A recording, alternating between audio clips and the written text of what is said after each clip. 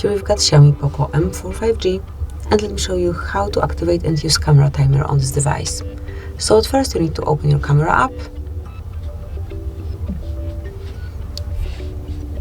Now tap on more icon right here and select timer. So here we've got timer and you can pick 3, 5 or 10 seconds delay. Let me go with 10 seconds and now you can grab a photo with 10 seconds delay. So as you can see, you will notice the countdown and then the picture will be grabbed.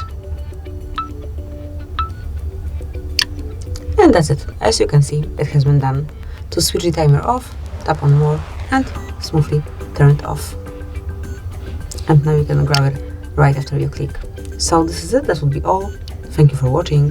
Please subscribe our channel and leave the thumbs up.